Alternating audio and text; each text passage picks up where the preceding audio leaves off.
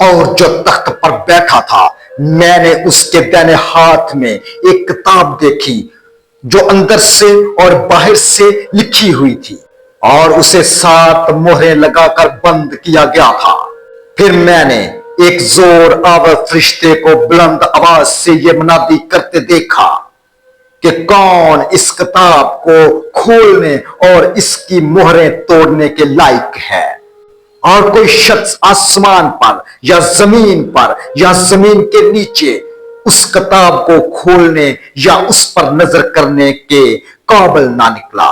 اور میں اس بات پر زار زار رونے لگا کہ کوئی اس کتاب کو کھولنے یا اس پر نظر کرنے کے لائق نہ نکلا۔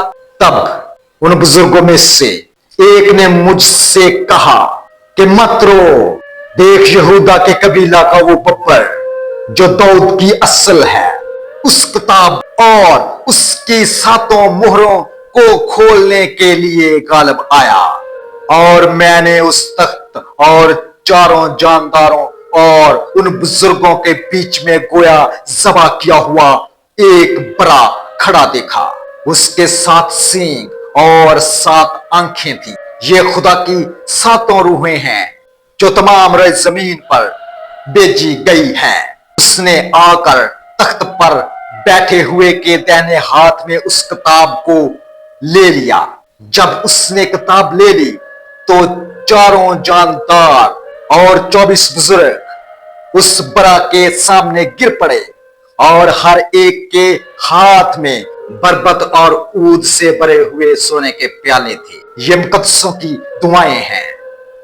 اور وہ یہ نیا گیت گانے لگے کہ تو ہی اس کتاب کو کھولنے اور اس کی مہریں کھولنے کے لائق ہے، کیونکہ تو نے ذبح ہو کر اپنے خون سے ہر ایک قبیلہ اور اہل زبان اور امت اور قوم میں سے خدا کے واسطے لوگوں کو خرید لیا اور ان کو ہمارے خداوند کے لیے ایک بادشاہی اور کاہن بنا دیا، اور وہ زمین پر بادشاہی کرتے ہیں۔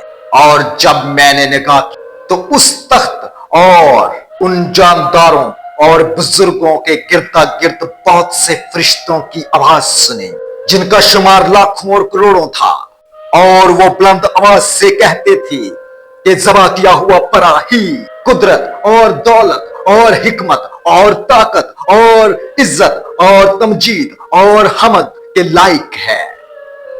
پھر میں نے آسمان اور زمین کے نیچے کی اور سمندر کی سب مخلوقات کو، یعنی سب چیزوں کو جو ان میں ہیں، یہ کہتے سنا کہ جو تخت پر بیٹھا ہے اس کی اور برا کی حمد اور عزت اور تمجید اور سلطنت ابدالآباد رہے۔ اور 4 جانداروں نے آمین کہا اور بزرگوں نے گر کر سجدہ کیا۔ خداوند آپ سب کو برکت دے، آمین۔